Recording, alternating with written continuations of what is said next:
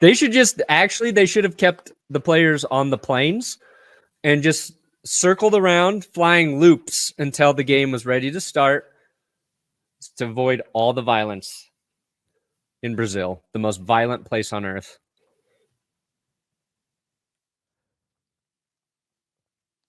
They should have brought them there on submarines so the criminals couldn't even know where these guys are entering.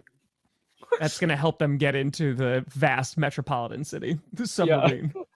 Should have a tunnel to underneath the stadium, and they just appear midfield.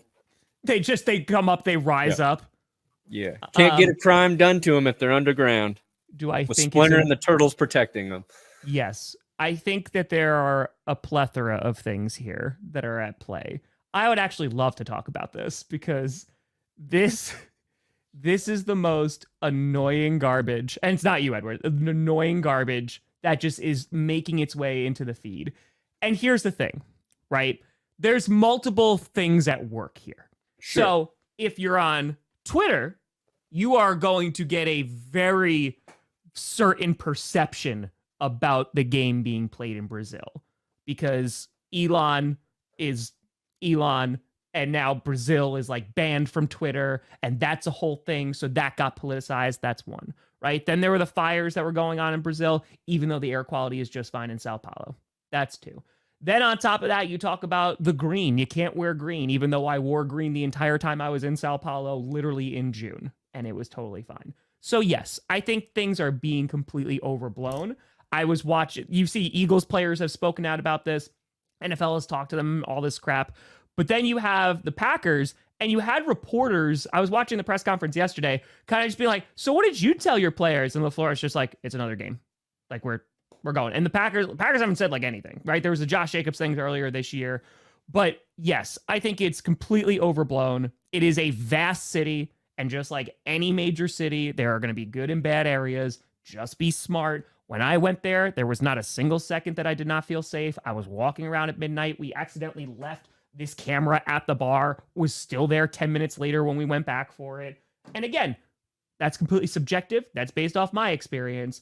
But no, Sao Paulo is just a massive city with like 22 million people in it. I'm so excited for the Brazilian fans to enjoy it. You can wear green. It is not some hellscape that where as soon as you land, you are going to get killed.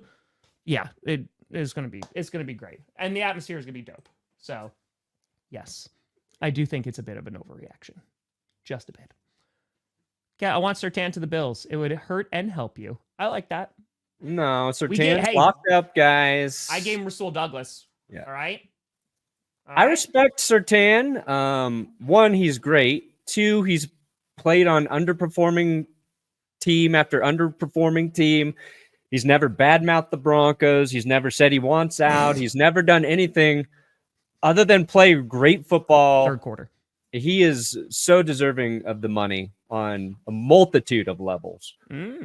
So you keep your fucking hands off him, all right? Wow. That was a lot, Brandon. Sorry. I thought you liked also an easy way to tell like if, Brazil is safer than I don't know. What's the city where NFL player just got shot? Did any of the NFL players get shot in Brazil yet? Because if they don't, then I'm gonna say this was a lot of hype for nothing. Fearmongering BS that also has a political agenda. The violence can happen anywhere. It can happen anywhere, guys. Yeah, literally. Just be smart. That's it. Just be smart. That's all.